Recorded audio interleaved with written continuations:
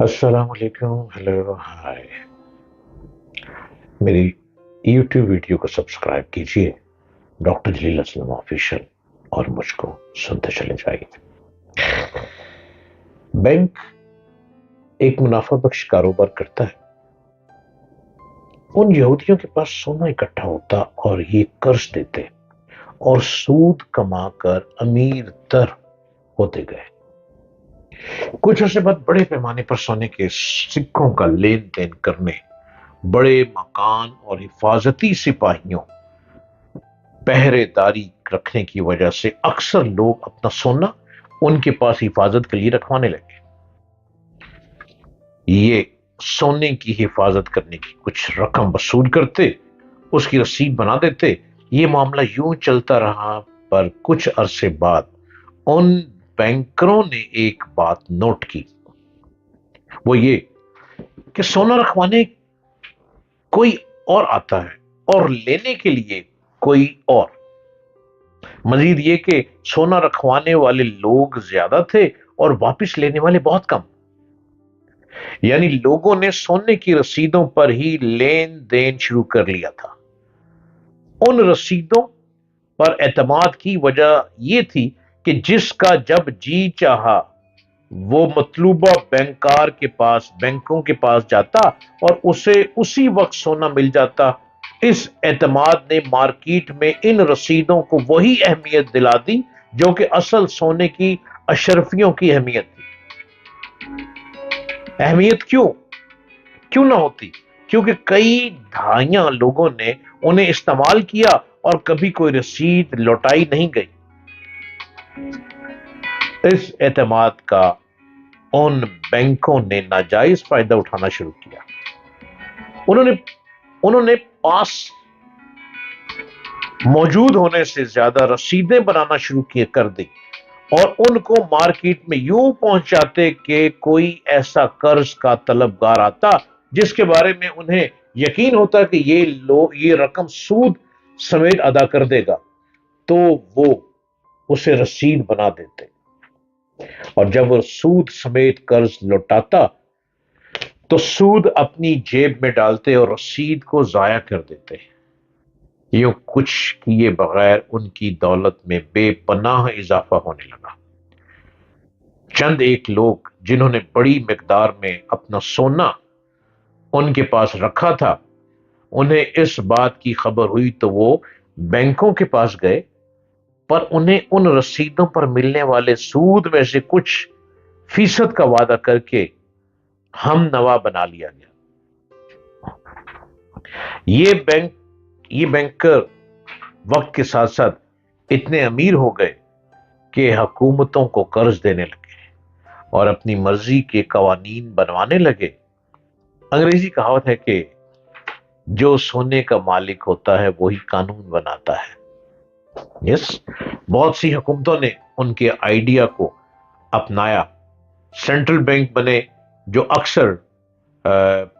اکثر پاس موجود سونے سے زیادہ رسیدیں چھاپ کر حکومتی کام نکلوا لیتے، جن میں تنخواہیں دینا اور تعمیر و ترقی کے کام شامل تھے.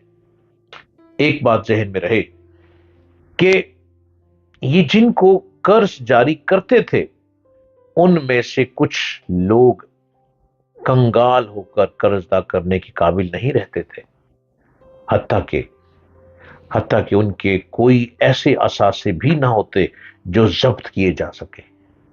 جب بھی کسی بینک کے بہت زیادہ لوگ قرض ادا کرنے سے عاجز آ جاتے اور دوسری طرف ان کی مارکیٹ میں پھیلائی گئی رسیدوں کی واپسی زیادہ تعداد میں ہونے لگتی، تو ایک وقت آتا کہ ان کے پاس لوگوں کا رکھوایا گیا سونا ختم ہو جاتا اور لوگوں کے ہاتھ میں موجود رسیدیں سونے کے ٹکڑوں سے کاغذ کا ٹکڑا بن جاتی. اس صورتحال کو بینک کا ڈیفالٹ ہونا کہتے ہیں. چونکہ انہوں نے اپنی مرضی کے قوانین بنا رکھے تھے، لہذا ایسی صورتحال میں نقصان عوام اٹھاتی اور بینکار اپنی ذاتی دولت سمیٹ کر فرار ہو جاتا. آپ سوچ رہے ہوں گے کہ اتنا بڑا فراڈ لوگ کیسے برداشت کر لیتے.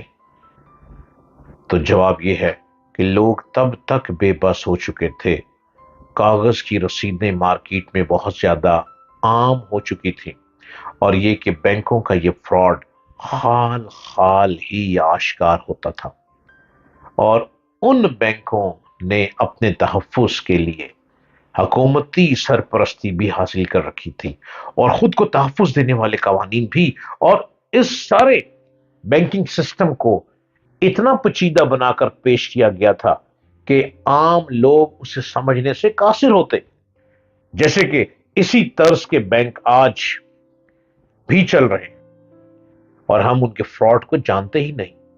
ڈیمانڈ اینڈ سپلائی، یعنی طلب و رسد کا اصول ہمیشہ سے لاگو رہا ہے۔ جب بھی مارکیٹ میں اشیاء اور کرنسی کی سپلائی میں توازن رہتا ہے، قیمتوں میں تسلسل قائم رہتا ہے، پر جب اشیاء اتنی ہی رہیں اور کرنسی کی سپلائی بڑھ جائے تو اسے افراط زر کہتے ہیں۔ چونکہ ہر کسی کے پاس پیسے ہوتے ہیں تو لوگ اشیاء زیادہ قیمت پر بھی لینے کو تیار ہو جاتے ہیں، یوں ان کی قیمتیں بڑھ جاتی ہیں۔ دوسری طرف دوسری طرف میں اشیاء کا زیادہ ہو جانا، جن کی وجہ سے کرنسی کی قدر بڑھتی ہے اور اشیاء کی قیمتیں کم ہو جاتی ہیں۔